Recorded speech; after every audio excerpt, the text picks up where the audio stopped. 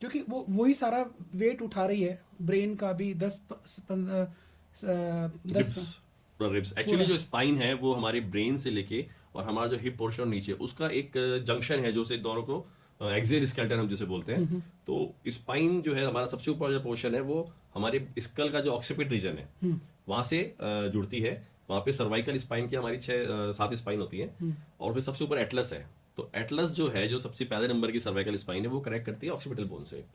उसके बाद 12 हड्डियां हम डॉर्सम बोलते हैं, डॉर्सल स्पाइन। उसके नीचे हम आए तो लंबर स्पाइन की 5 हड्डियां होती है, फिर सैक्रम और फिर कॉक्सिजियल सेगमेंट होता है। टोटल मिला के ये 33 जो है बोन्स होती है, वर्टिब्रल बोन्स या स्पाइनल कॉलम हम कुछ भी बोले इसे। 33 और ये जो है इसी के अराउंड हमारी रिब्स का रह जाए, जो हमारा पूरा जो सांस लेने का जिसमें हमारे दोनों फेफड़े आ गए, हमारा हार्ट आ गया, हमारी मेजर वेसल्स आ गई, धमनियां जो हमारी है, तो वो पूरा कनेक्शन भी पीछे के स्पाइन पे जुड़ता है। ठीक है, उसके बाद जितना मस्कुलेचर है ये सारा गर्दन का वो स्पाइन के अलोंग आके रहता है। तो स्पाइन जो है हमारे खड़े होने में और हमारा जो पूरा बॉडी लैंग्वेज है उसमें बहुत इंपॉर्टेंट रोल प्ले करती है।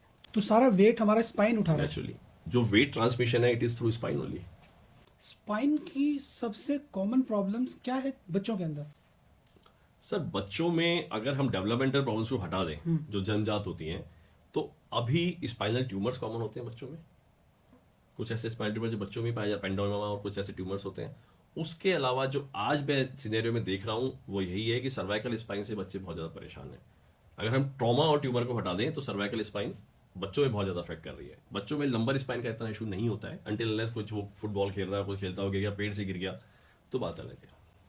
तो ये जो ट्यूमर आपने बताया, तो क्या ये बढ़ रहे हैं या सेम इतना ही है कि नहीं? नहीं, इनका रेशियो मोरलेस सेम है, इनका इससे कोई रिलेशन नहीं है मोबाइल देखने वाली सब चीजों से। तो जो ट्यूबरक्लोसिस जो है वो इंडिया के अंदर यदि हम यूरोपियन कंट्री से कंपेयर करें तो ज़्यादा है? बहुत ज्यादा है। बहुत ज़्यादा। रीज़न बहुत क्या है ज्यादा उसका? है सर। हमारे यहाँ जो मतलब कंडीशंस हैं यूरोपियन कंट्री से अगर हम कंपेयर करें तो जो सबसे पहले तो हाइजीनिक कंडीशंस, ठीक है, फिर उसके बाद वैक्सीनेशन, ये दो ऐसे इशू हैं जो हमारा पूरा जो सोशो इकोनॉमिक स्टेटा है वो और जो यूरोपियन कंट्रीज है उनमें बहुत फर्क है सर। दूसरा क्लाइमेट, वहाँ पे कोल्ड क्लाइमेट है, ठीक है, उससे हमारे यहाँ पे जो हमारे यहाँ मिक्स क्लाइमेट है जो बैक्टीरिया को ग्रो होने में बहुत हेल्प करता है।